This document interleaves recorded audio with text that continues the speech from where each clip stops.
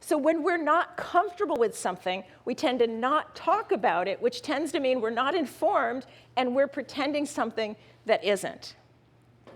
And I think we have an etiquette, and we just don't realize what it is. Part of it is we don't say white women, right? That's rude. And I feel queasy when I do it. Like, do I say Caucasian or do I say white women? Like, I don't know what to say. So we don't. So we only talk about white women as women. So then women becomes white women, and then everybody else is an aberration, right? And so it's just all these gyrations that we do to try to keep everybody comfortable.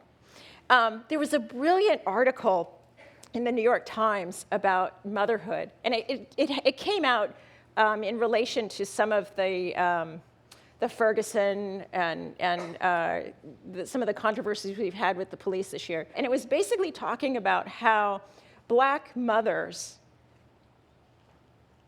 have to rely on their own wisdom, and that most of the conversation in the media and in our culture about motherhood doesn't apply to a lot of black mothers. The angst about, my mother didn't work, should I work, what do I do?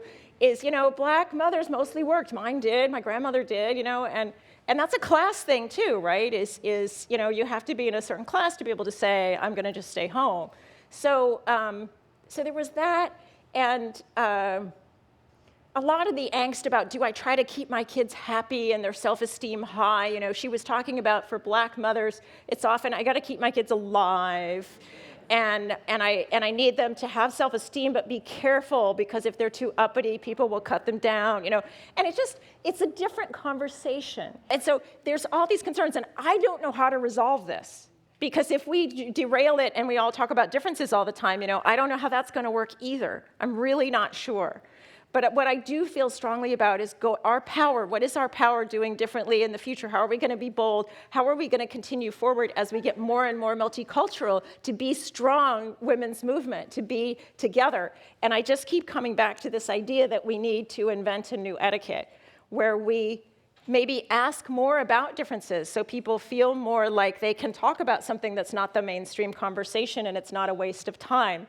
That we validate others' experiences is so important, because I've tried to create some of these kinds of conversations in a women's setting, and often in a well-meaning desire, again, to keep everybody on track or together.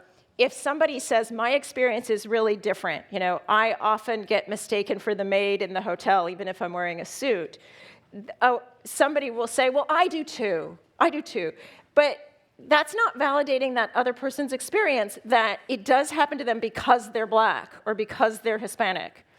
And so that well-meaning desire to say, oh, maybe it wasn't because you were black or have one leg or whatever it is, and you're trying to make that person feel better, but you're actually invalidating their experience. So it's so important to be able to listen and to accept their experience and validate it without trying to make it better.